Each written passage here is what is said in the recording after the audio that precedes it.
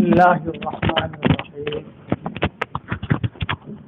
الحمد لله نحمده ونستعينه ونستغفره ونؤمن به ونتوكل عليه.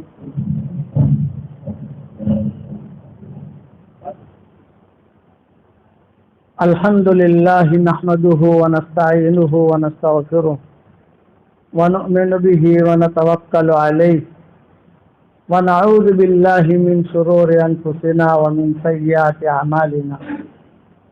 من يهده الله فلا مضل له ومن يضلله فلا هادي له ونشهد أن لا إله إلا الله وحده لا شريك له ونشهد أن سيدنا ومولانا محمدا عبده ورسوله صلى الله عليه وعلى آله وأصحابه وبارك وسلم تسليما كثيرا كثيرا.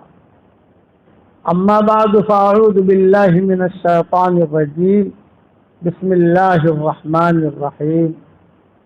فاعلم أنه لا إله إلا الله واستغفر لذنبك وللمؤمنين والمؤمنات والله يعلم متقلبكم ومثواكم. صدق اللہ العظیم. قابل احترام بھائیوں، دوستوں اور بزرگوں، ہر عمل کے لیے دو بنیادی شرطیں ہیں، تیسری شرط نہیں ہے.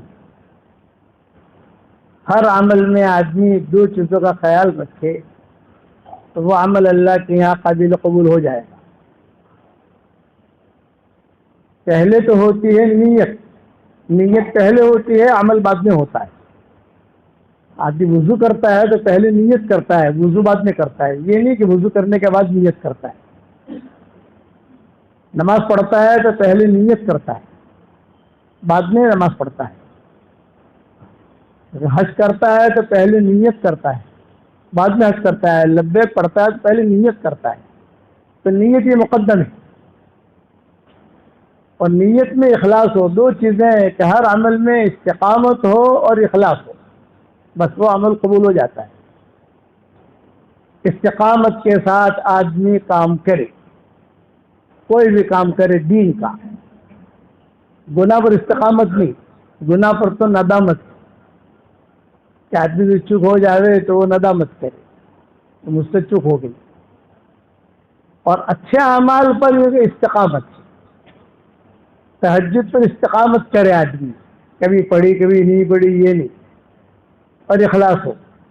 وہی آدمی آہستہ آہستہ آہستہ اسے اللہ کا قرب ملے گا اور بڑے لوگوں میں شمار ہوگا. امام احمد ابن حنبل رحمۃ اللہ علیہ کو بہت کوڑے مارے گئے خلق قرآن کے مسئلے میں. ایک فتنہ تھا اس دور کا، اور عجیب و غریب فتنہ تھا. فتنہ جو ہوتا ہے وہ میٹھا نظر آتا ہے. حضرت عمر کہتے تھے بہت میٹھا نظر آتا ہے فتنہ، آدمی سمجھ نہیں سکتا اور وہ فتنہ اسے لیے ڈوبتا ہے. حضرت امام احمد بن حنبل کے زمانے میں خلق قرآن کا ایک فتنہ شروع ہوا. یہ قرآن یہ مخلوق ہے یا نہیں، یہ سوال ہے. مثلا ہماری مسجد یہ بنی ہوئی ہے، یہ مائک یہ بنا ہوا ہے، کہ آسمان یہ بنا ہوا ہے، کہ زمین یہ بنی ہوئی ہے، پیدا کی گئی ہے، کہ ہوائیں یہ پیدا کی گئی ہے، کہ عرش یہ پیدا کیا گیا ہے، مخلوق ہے. تو قرآن کیا ہے؟ کسی زمانے میں یہ فتنہ نکلا تھا مسلمانوں میں کہ بہت میٹھے ہوتے ہیں فتنے، آگ لگانے والے آگ لگا کے نکل جاتے ہیں اور مسلمان لڑتے رہتے ہیں. یہ قرآن مخلوق ہے یا نہیں؟ ظاہر بات ہے کہ بڑے امام محمد ابن حنبل تھے. لوگ علماء سے رجوع کرتے ہیں کہ کیا جواب دیں. تو امام محمد ابن حنبل نے فتویٰ لکھا کہ قرآن مخلوق نہیں ہے، یعنی پیدا نہیں کیا گیا ہے قرآن. جیسا اللہ ہمیشہ سے ہے ہمیشہ رہے گا، اس طریقے سے قرآن اس کی صفت ہے کہ قرآن بھی ہمیشہ سے ہے ہمیشہ تک رہے گی، ختم نہیں ہوگا قرآن. قرآن جو ہے یہ ختم نہیں ہوگا. قرآن کو قیامت کے قریب اللہ اٹھا لے گا. حدیث میں آتا ہے کہ 2 چیزیں اللہ تعالیٰ قیامت کے قریب اٹھا لے گا. ایک بیت اللہ اٹھا لے گا, اس کو توڑ کے ختم نہیں کرے گا کہ توڑ تاڑ کے ختم کرو اور قیامت آ جائے ساری بلڈنگیں ٹوٹ جائے گی. بیت اللہ کو اللہ نہیں توڑے گا, اس کو اللہ یوں کا جھوں کا تو آسمانوں پر کہ لوگ حرم بھرا ہوا ہوگا اور رات کو سب طواف کر کے اپنے گھروں پہ جائیں گے اور تہجد میں جب لوٹیں گے تو کعبہ نہیں ہوگا, خالی جگہ. تو لوگ کھڑے کھڑے کہیں گے ارے رستہ تو بھول نہیں گئے ہم. وہ ٹھہر گئے رستہ بھول گئے. تو سب کہیں گے نہیں رستہ تو نہیں بھولیں گے, یہی اسی دروازے سے آتے تھے. اور نشانی کے لیے مقام ابراہیم ہے, نشانی مقام ابراہیم کی. کسی کے سامنے بیت اللہ ہوتا تھا, رستہ نہیں بھولے. معاملہ ہوا ہے کچھ. کیا معاملہ ہوا کہ کعبے کو اللہ نے اٹھا لیا. اسی لیے کہتے تھے کہ کعبے کی قدر کر لو کعبے کے اٹھائے جانے سے پہلے. اٹھ جائے گا تو تصویر میں تو دیکھو گے آپ, لیکن حقیقی کعبہ نہیں ہوگا. اور دوسرا تو لوگ وہی کھڑے کھڑے روئیں گے, چیخیں گے, عورتیں روئیں گی, ارے کعبہ کہاں چلا گیا, کعبہ کہاں چلا گیا, کعبہ کہاں چلا گیا, کعبہ کہاں چلا گیا. فجر کی نماز کے وقت ہوگا, امام صاحب بھی بغیر کعبے کی نماز پڑھائیں گے. کعبہ ہے ہی نہیں, بھی کعبہ ہے ہی نہیں تو کیا کرے آدمی, نماز تو پڑھنی. فَإِنَّمَا تُوَلُّوا فَثَمَّ وَجْهُ اللَّهِ, جہاں پر بھی آپ چہرہ کر لو وہاں اللہ ہے. کعبہ ہے ہی نہیں تو کیا کرے. تو یہ آیت پڑھ لیں گے فَإِنَّمَا تُوَلُّوا فَثَمَّ وَجْهُ اللَّهِ. جس طرف بھی تم اپنا چہرہ کر کے نماز پڑھ لو, اس لیے کہ اللہ تو ہر جگہ ہے. اللہ کی کوئی سمت تو ہے نہیں کہ داہنی طرف ہے, بائیں طرف ہے, اوپر ہے, نیچے, ہر جگہ ہے. بغیر کعبے کی فجر کی نماز ہوگی یہ. اور دوسرا قرآن اٹھا لیا جائے گا. ہر ساری کعبہ تو ایک جگہ پر ہے مکہ میں, قرآن تو ساری دنیا میں ہے. جو قرآن تو ساری دنیا میں ہے نا, گھر گھر میں ہے,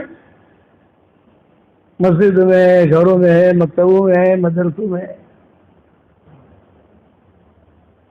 لوگ فجر کی نماز میں آئیں گے, کریں گے, جب قرآن کھولیں گے تو صرف کاغذ ہوں گے, حروف اللہ اٹھا لے گا. جو حروف ہے یہ اللہ اٹھا لے گا. جو حافظ ہیں ان کو قرآن حفظ رہے گا, ان کے سینوں میں سے اللہ نہیں نکالے گا. یہ موبائل میں سے نکل جائے گا. یہ سنسنی ہے نا دجال, اس کے اندر خالی کاغذ ہوں گے سب, بس کالا پیج دکھائی دے گا, حروف نہیں. تو یہ مسئلہ کھڑا ہوا کہ بھائی قرآن کیا ہے, مخلوق ہے یا مخلوق نہیں ہے. تو امام احمد بن حنبل نے فتویٰ دیا کہ قرآن جو ہے یہ مخلوق نہیں ہے, بھی اللہ ہمیشہ سے ہمیشہ رہے گا, قرآن اس کی صفت ہے, تو قرآن جو ہمیشہ سے ہمیشہ رہے گا. ہاں یہ بات الگ ہے کہ قیامت کے قریب اللہ ان حروفوں کو اٹھا لے. اس پر امام احمد بن حنبل کو فتنے میں ڈالا گیا. مختصر وقت میں یہ قصے لمبے بیان نہیں کر سکتے ہم, لیکن مولانا یوسف صاحب رحمۃ اللہ علیہ اس سے بہت کچھ نکالتے تھے. امام احمد بن حنبل کے قصوں سے بہت نکالتے تھے, اور کہتے تھے اپنا ایمان بنانا ہے تو عمر ابن عبد العزیز کے قصے سنو, اور حضرت عمر کے قصے سنو, اور عبداللہ بن مبارک کے قصے سنو, اور امام احمد بن حنبل کے قصے سنو. یہ حضرت فرماتے تھے ہمارے ساتھیوں سے, پرانے اپنا ایمان بنانا ہے ان لوگوں کے قصے سنو, ان کے مذاکرے کرو, تو تمہارا ایمان حرکت میں آئے گا. 3 سال تک جیل میں رکھا امام صاحب کو. پھر وجہ کیا کہ وہ کہہ رہے تھے کہ قرآن مخلوق نہیں ہے, اور بادشاہ کہہ رہا تھا قرآن مخلوق ہے. بادشاہ کے پاس جو علماء سود ہے نا, برے علماء, حدیث شریف میں آتا ہے ایک زمانہ آئے گا کہ آسمان کے چھت کے نیچے برے علماء بہت وجود میں آئیں گے، ایمیٹیشن مال، نقلی، یہ بہت وجود میں آئیں گے، اور اب یہ دور شروع ہو گیا ہے۔ خیر القرون گیا، ہم شر القرون میں آ گئے، جگہ جگہ پر آپ کو فتنے نظر آئیں گے کہ خیر القرون یہ دور گیا۔ قیامت کے قریب جو ہے روایت میں آتا ہے گدلے زمانے آئیں گے، گدلے، ایک ایک دور جائے گا نیا فتنہ کھڑا کرے گا۔ وہ فتنہ اس دور میں کھڑا ہوا، امام صاحب کہتے تھے میں جمع ہوا تھا، بہت میری پٹائی کرتے تھے، ایسے اندھیری کوٹری میں مجھے رکھتے تھے امام صاحب، جنہوں نے یعنی بہت بڑی حدیث کی 80,000 حدیثیں لکھی انہوں نے، 80,000۔ اور امام صاحب کہتے تھے کہ میں کبھی بھی یہ اقرار نہیں کر سکتا کہ قرآن مخلوق ہے، قرآن پیدا نہیں کیا گیا ہے۔ بادشاہ کہتا تھا کہ آپ اقرار کر لو، آپ کی شادی بھی کرا دیں گے، آپ کو بنگلہ بھی دے دیں گے، آپ کو زمینیں بھی دے دیں گے، آپ کی مدد بھی کریں گے، بس اتنا فتویٰ دے دو کہ قرآن پیدا کیا گیا ہے۔ امام صاحب کہتے تھے کہ یہ نہیں ہوگا، رائے ٹپکانے والے نہیں تھے، یہ خلاص تھا۔ تو کہتے تھے ایسے مجھے اندھیرے کوٹری میں رکھتے تھے کہ میں میرے ہاتھ پہ بھی نہیں دیکھ سکتا تھا، اور روزانہ جو ہے سارے بغداد والوں کو جمع کرتے تھے۔ ایک ٹائم پر سارے بغداد کے مرد اور عورتیں میدان میں جمع ہوتی تھی اور مجھے لے جایا جاتا تھا اور سب کے سامنے کوڑے مارے جاتے تھے۔ بادشاہ بیٹھا رہتا تھا، جلاد آتا تھا، جلاد کا نام بھی احمد، کوڑے مارنے والے کا، اور مار کھانے والے کا نام بھی احمد، احمد ابن حنبل۔ تو بادشاہ کہتا احمد، او احمد، احمد سے پوچھ، سب کے سامنے احمد، یعنی جلاد کو کہتا تھا احمد، احمد سے پوچھ، اور امام صاحب کی طرف متوجہ ہو کر کہتا احمد جواب دے احمد کو۔ بادشاہ بیٹھا رہتا تھا، تو مارنے والا پوچھتا تھا کہ احمد ابن حنبل آپ اقرار کر لو کہ قرآن جو ہے یہ مخلوق ہے تو میں بادشاہ کے عذاب سے بچا لوں گا۔ احمد ابن حنبل جواب دیتے اے احمد تو اقرار کر لے کہ قرآن مخلوق نہیں ہے تو میں تجھ کو احکم الحاکمین کے عذاب سے بچا لوں گا، اللہ کے عذاب سے بچا لوں گا۔ یہ امام صاحب جواب دیتے تھے، اور پھر کوڑے مارے جاتے تھے۔ امام صاحب کہتے خود فرماتے تھے امام احمد ابن حنبل کہ مجھے اتنے ایسا کوڑا مارا جاتا، اگر ہاتھی پر بھی مارا جاتا تو ہاتھی بھی مر جاتا، زور سے کوڑا مارتے، خون خون امام صاحب ہو جاتے، پورے کپڑے خون خون۔ وہ بادشاہ جو ہے وہ بیٹھا ہوا جو ہے وہ ہنستا رہتا ہے، دیکھو کیسا عذاب دے رہے ہیں ان کو۔ اور اسی وقت میں ظہر کی نماز کے وقت ہوتا تو امام صاحب پوری کپڑوں میں ظہر کی نماز پڑھ لیتے سب کے سامنے۔ میں مسافر ہوں، 2 رکعت پڑھنی ہے، چنانچہ سب کے سامنے اللہ اکبر کر کے امام صاحب نماز پڑھتے۔ تو لوگ پوچھتے کہ آپ کی نماز کیسے ہوگی، آپ کے کپڑے خون خون، آپ کا بدن خون خون۔ تو امام احمد ابن حنبل جواب دیتے میں حضرت عمر کا روحانی بیٹا ہوں، حضرت عمر کی فجر کی نماز ایسے ہو گئی تھی، میری ظہر کی ہو جائے گی، فرق اتنا ہے کہ انہوں نے فجر پڑھی تھی، یہ سال نیزہ جب مارا گیا تو خون خون کی حالت میں ظہر پڑھ رہا ہوں۔ امام احمد ابن حنبل جب ان کا انتقال کا وقت قریب آیا امام احمد ابن حنبل کا، اچھا روزانہ یہ معاملہ ہوتا تھا، تو امام صاحب اتنے تھک گئے تھے اس لیے کہ ہڈیاں ٹوٹ گئی، بخار، زخم گہرے ہو گئے، تو امام صاحب فرماتے تھے میرے دل میں ایک مرتبہ یہ بات آئی، اس میں خیال آیا کہ چلو بھی اتنی میں نے مار کھائی ہے، روزانہ مار کھا رہا ہوں، ابھی 24 گھنٹہ گزرنے میں وقت تو لگتا نہیں ہے، پھر جو ہے لے جائیں گے مجھے ماریں گے۔ تو عمار ابن یاسر کی حدیثیں، قرآن کی آیتیں، الا من اکرہ وقلبہ مطمئن بالایمان. یہ آیت میرے سامنے آئی. حافظ تو تھے ہی، عالم بھی تھے، مفتی بھی تھے، محدث بھی تھے. یہ آیت میرے سامنے آئی، میرے دل میں اتنا خیال آیا آج اس کے سامنے زبان سے تو اقرار کر لوں تاکہ یہ عذاب سے تو بچ جاؤں. دل میں تو میرا ایمان ہے. یہ ان کے دل میں خیال آیا. پولیس والے لے جا رہے تھے ان کو مارنے کے لیے وہی جلات کے پاس. جب خیال آیا، خیال آتے ہی ایک بہت بڑا ڈاکو تھا اس زمانے میں، اس کا نام تھا ابو الہیثم. وانٹیڈ آدمی تھا، وانٹیڈ ابو الہیثم. وہ بھاگا بھاگا آیا مجمع میں سے، اور مجمع میں سے بھاگتا ہوا آ کر کہا میں ایک بات کرنا چاہتا ہوں امام صاحب آپ سے. امام صاحب نے کہا بھی کہو. تو پولیس والوں کے سامنے کہا، یہ کہا کہ پولیس والوں نے مجھے بہت مارا ہے، جیل میں بھی رہا ہوں، ڈاکو تھا، لیکن جب بھی میں جیل سے چھوٹا ہوں تو ڈاکہ ڈالنے گیا ہوں، گھر پر نہیں گیا. جیل سے چھوٹ کر آدمی گھر آتا ہے نا، میں گھر نہیں گیا، جیل سے نکلتے ہی ڈاکہ ڈالنے گیا ہوں میں، اور بڑا ڈاکہ ڈالا ہے. پہلے جو ڈالا تھا اس سے بڑا. تو میں باطل پر جمع ہوا ہوں. آپ کو اتنی دعوت دیتا ہوں کہ آپ حق پر جمے رہنا. آپ کو اتنی دعوت دیتا ہوں، سمجھاتا ہوں کہ آپ یہ ڈاکو نے امام صاحب کو کہا. امام صاحب کو جو خیال تھا خیال بدل گیا ان کا. اس لیے دعا مانگتے تھے رحم اللہ ابو الہیثم، ابو الہیثم پر اللہ رحم کرے، اس کی نصیحت نے مجھے جمع دیا، قدم میرے جمع دیے، ورنہ میرے قدم اکھڑ رہے تھے. جنہیں اس کا انتقال امام صاحب کی حیاتی میں ہی ہوا، احمد بن حنبل کے زمانے. تو امام احمد بن حنبل جنازے کی نماز پڑھانے کے لیے چلے گئے. تو سارے بغداد نے کہا اتنا بڑا ڈاکو، اتنا بڑا خراب آدمی، اور آپ جنازے کی نماز پڑھانے آئے. بولے بغداد والوں کے لیے خراب ہے، میرا استاد ہے.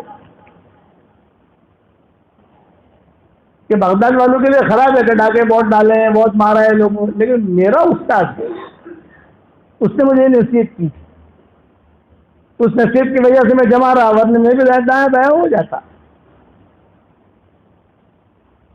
اب امام احمد بن حنبل کے انتقال کا وقت قریب آیا. 1 گھنٹہ باقی ہے امام صاحب کے انتقال کا، 1 گھنٹہ. اور وہ احمد جو تھا نا جلات، جو کوڑے مارتا تھا، پتہ چلا کہ امام صاحب کا انتقال کا وقت قریب ہے، تو جو آیا اور دروازہ کھٹکھٹایا. علماء نے لکھا ہے 1 گھنٹے کے بعد امام صاحب کا انتقال ہو گئے. دروازہ کھٹکھٹایا تو امام احمد بن حنبل کے بیٹے نے دروازہ کھولا. ہاں بھی کیوں آئے ہو؟ بولے میں احمد ہوں. سب جانتے تھے کہ یہ کوڑا مارتا ہے، یا پھانسی دینے والے کو لوگ پہچانتے ہیں، کوڑے مارنے والے کو لوگ پہچانتے ہیں، ڈاکوؤں کو لوگ پہچانتے ہیں. بھائی یہی تھا، یہ کوڑے مارتا تھا امام صاحب کو. اب تو امام صاحب کا انتقال کا وقت قریب آ گیا. تو اس نے پوچھا بیٹے نے کیوں آئے ہو؟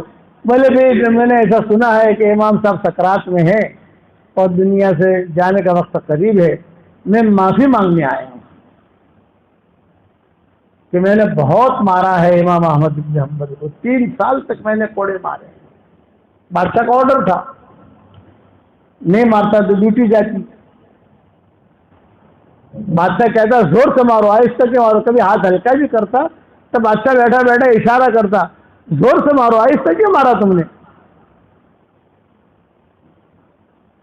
میں معافی مانگنے آیا ہوں، مجھے معاف کر دے. بیٹا آیا احمد بن حنبل کے پاس، تو ابا وہ احمد آیا ہے.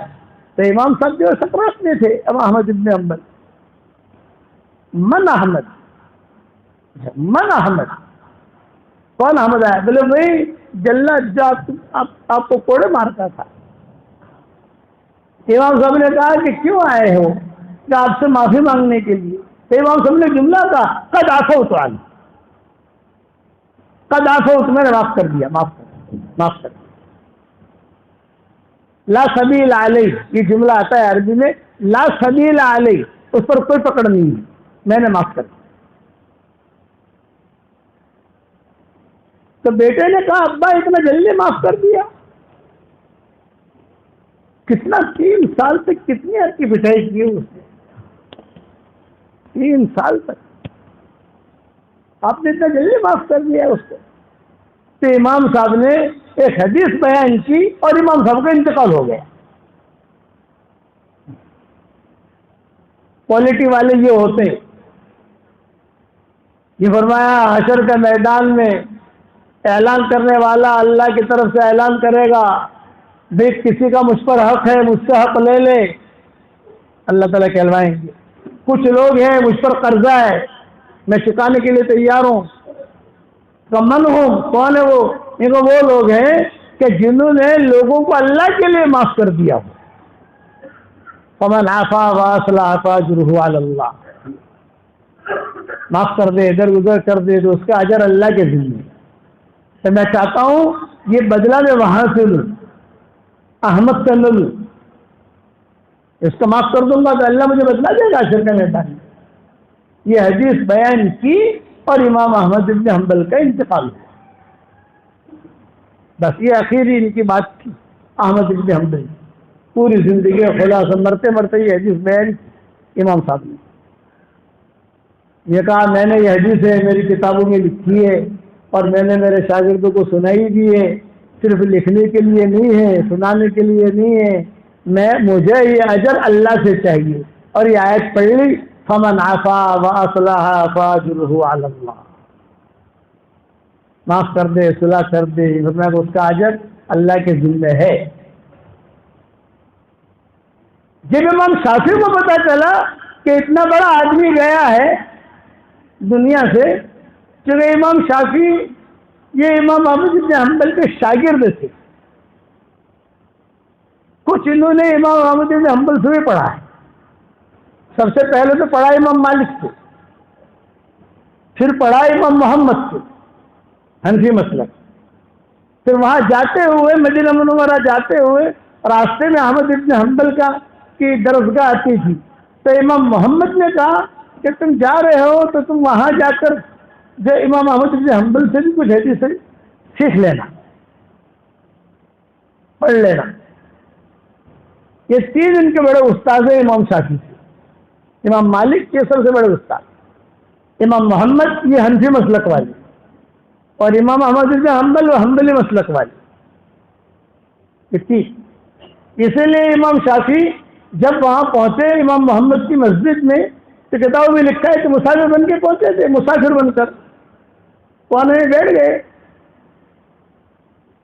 تو امام نے آ کر نماز پڑھائی، امام محمد نے ان کے پیچھے نماز پڑھی۔ بڑے بڑے علماء بڑے بڑے فقہاء تھے اس وقت میں۔ امام شافعی بیٹھے رہے جب امام محمد چلے گئے تو امام شافعی آئے امام کے پاس جو امام نماز پڑھانے والا تھا، یہ کہا کہ تم نے مغرب کی نماز پڑھائی اس میں 2 غلطیاں کی ہیں۔